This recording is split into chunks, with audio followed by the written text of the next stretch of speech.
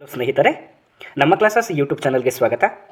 ಇಂದಿನ ವಿಡಿಯೋದಲ್ಲಿ ಪ್ರಸ್ತುತ ಹಿಂದುಳಿದ ವರ್ಗಗಳ ಕಲ್ಯಾಣ ಇಲಾಖೆಯಿಂದ ಒಂದು ವಿಶೇಷವಾದಂತಹ ಸೂಚನೆ ಆಗಿದೆ. ಮುಖ್ಯವಾಗಿ ಹಿಂದುಳಿದ ವರ್ಗಗಳ ಕಲ್ಯಾಣ ಇಲಾಖೆಯಿಂದ ರಾಜ್ಯದ ಹಿಂದುಳಿದ ವರ್ಗಗಳ ಪ್ರವರ್ಗ 1, 2A, 3A ಹಾಗೂ 3Bಗಳಿಗೆ ಸೇರಿದ ಅಭ್ಯರ್ಥಿಗಳಿಗೆ ಮಾತ್ರ ವಸತಿ ಸಹಿತ ಪೊಲೀಸ್ ಸಬ್ ಇನ್ಸ್ಪೆಕ್ಟರ್ ಆಯ್ಕೆ ಪೂರ್ವಭಾವಿ ತರಬೇತಿಯನ್ನು 75 ದಿನಗಳ ಅವಧಿಗೆ ಉಚಿತ ಊಟ ಮತ್ತು ವಸತಿಯೊಂದಿಗೆ ರಾಜ್ಯ 4 ಕಂದಾಯ ವಿಭಾಗಗಳಲ್ಲಿ ನೀಡಲಾಗುವುದು. ಮುಖ್ಯವಾಗಿ 75 ದಿನಗಳ ಕಾಲ PSI ಫ್ರೀ ಕೋಚಿಂಗ್ ಈ ನೋಟಿಫಿಕೇಶನ್ ಆಗಿರುತ್ತೆ. ಯಾರಿಗೆ ಉಪಯೋಗ ಆಗಿರುವಂತಹ ನೋಟಿಫಿಕೇಶನ್ ಆಗಿದೆ?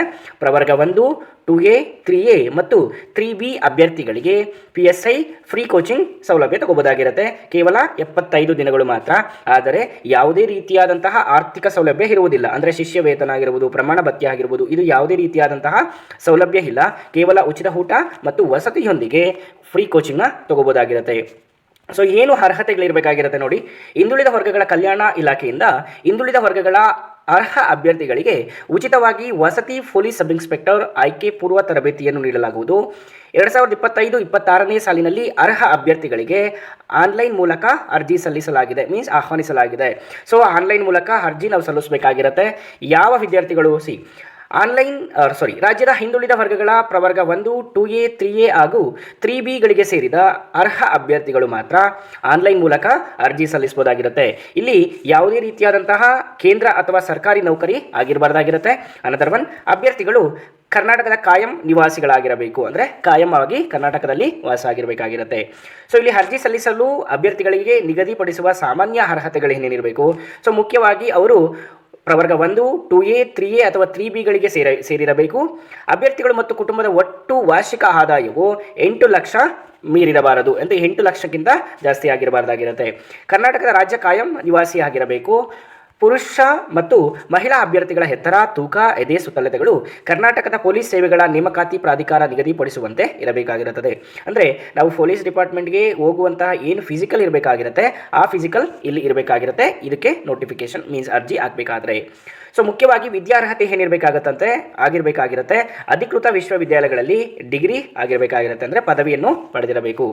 ಇದರ ವಯೋಮಿತಿ ಎಷ್ಟಿರಬೇಕಾಗಿರುತ್ತೆ? ಕನಿಷ್ಠ ವಯಸ್ಸು 21 ಹೆಚ್ಚಾಗಿರೋರು ಮತ್ತು ಗರಿಷ್ಠ ವಯಸ್ಸು 27ಕ್ಕಿಂತ ಕಡಿಮೆ ಇರೋರು ಈ ನೋಟಿಫಿಕೇಷನ್ಗೆ ಅರ್ಜಿನ ಸಲ್ಲಿಸಬಹುದಾಗಿರುತ್ತೆ.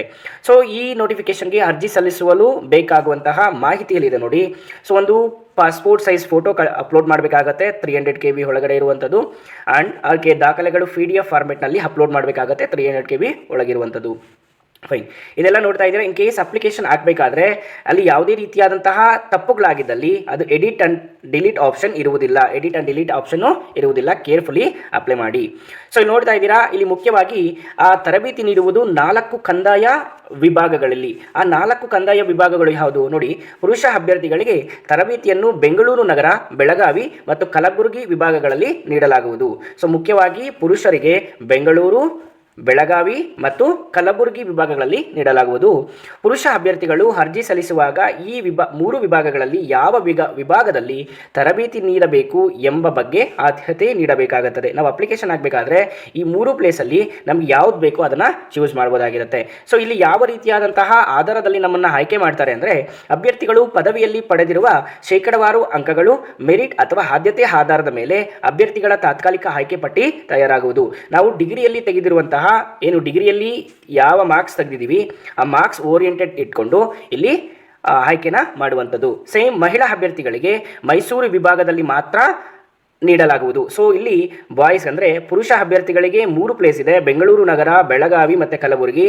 ಆದರೆ ಮಹಿಳಾ ಅಭ್ಯರ್ಥಿಗಳಿಗೆ ಮೈಸೂರು ವಿಭಾಗದಲ್ಲಿ ಮಾತ್ರ ಮಹಿಳಾ ಅಭ್ಯರ್ಥಿಗಳಿಗೆ ತರಬೇತಿಯನ್ನು ನೀಡಲಾಗುವುದು. ಸೇಮ್ ಇವ್ರಿಗೂ ಅಷ್ಟೇ, ಅಭ್ಯರ್ಥಿಗಳು ಪದವಿಯಲ್ಲಿ ಪಡೆದಿರುವ ಶೇಕಡವಾರು ಅಂಕಗಳು, ಮೆರಿಟ್ ಆಧಾರದ ಮೇಲೆ ಅಭ್ಯರ್ಥಿಗಳ ಆಯ್ಕೆ ಪಟ್ಟಿ ಆಗುವಂಥದ್ದು. ಡಿಗ್ರಿಯಲ್ಲಿ ತೆಗೆದಿರುವಂತಹ ಮಾರ್ಕ್ಸು ಮತ್ತು ಏನು ನಮಗೆ ಮೆರಿಟ್ ಇದೆ ಆ ಮೆರಿಟ್ ಮೇಲೆ ಬರುವಂತಹ ತಾತ್ಕಾಲಿಕ ಪಟ್ಟಿ ಅನ್ನೋದು ಆಯ್ಕೆ ಮಾಡುವಂಥದ್ದು. ನೋಡ್ಬೋದಾಗಿರುತ್ತೆ. ಕೇವಲ 75 ದಿನಗಳ ಕಾಲ ಏನಾಗಿರುತ್ತೆ ನಮಗೆ ಫ್ರೀ ಕೋಚಿಂಗ್, PSI ಫ್ರೀ ಕೋಚಿಂಗ್ಗೆ ಸಂಬಂಧಪಟ್ಟಿರುತ್ತೆ. ಇದರ ಮೀಸಲಾತಿ ಸಂಬಂಧಪಟ್ಟಂತೆ ಪ್ರವರ್ಗ 1ಗೆ 15%, 2Aಗೆ 53% ಆ್ಯಂಡ್ 3Aಗೆ 15% ಆ್ಯಂಡ್ 3Bಗೆ 17%, ಟೋಟಲ್ 100% ಆಗಿರುತ್ತೆ ಮೀಸಲಾತಿ ಅನ್ನೋದು ವರ್ಗೀಕರಣ ಮಾಡಿದ್ದಾರೆ. ಸೊ ಮುಖ್ಯವಾಗಿ ನೋಡ್ತಾ ಇದ್ದೀರಾ. ಅದೇ ರೀತಿ ಇದಕ್ಕೆ ಸಂಬಂಧಪಟ್ಟಂತಹ ಹೆಚ್ಚಿನದಾಗಿ ಏನಾದರೂ ನಿಮಗೆ ಮಾಹಿತಿ ಬೇಕು ಅಂದರೆ ಸೊ ಈ ಸಹಾಯವಾಣಿಗೆ ಕಾಲ್ ಮಾಡಿ ಕೇಳ್ಬೋದಾಗಿರುತ್ತೆ. Thank you for watching. Please subscribe our YouTube channel. ಮುಂದಿನ ಇದೇ ಥರ ವೀಡಿಯೋಗಳು ನಿಮಗೆ ಬೇಗ ನೋಟಿಫಿಕೇಷನ್ ಬರುವಂತಹ ಚಾನ್ಸಸ್ ಇರುತ್ತೆ. ಸೊ ನಿಮಗೆ ಇದು ಎಲ್ಲಿ ಅಪ್ಲೈ ಮಾಡಬೇಕಾಗಿರುತ್ತೆ ಅಂದರೆ ನಮ್ಮ ಏನು ಹಿಂದುಳಿದ ವರ್ಗಗಳ ಕಲ್ಯಾಣ ಕರ್ನಾಟಕ ಇಲಾಖೆ ವೆಬ್ಸೈಟ್ ಇದೆ, ಆ ವೆಬ್ಸೈಟಲ್ಲಿ ಹೋಗಿ ನಾವು ಅಪ್ಲೈ ಮಾಡ್ಬೋದಾಗಿರುತ್ತೆ. ಇನ್ ಕೇಸ್ ಡೈರೆಕ್ಟ್ ಅಪ್ಲೋಡ್ ನಮಗೆ ನೋಟಿಫಿಕೇಷನ್ ಸಿಗ್ತಾ ಇಲ್ಲ ಅಂತ ಬಂದವರು ಸೊ ಕಮೆಂಟ್ ಮಾಡಿ, I will help you. Thank you for watching. Please subscribe our YouTube channel.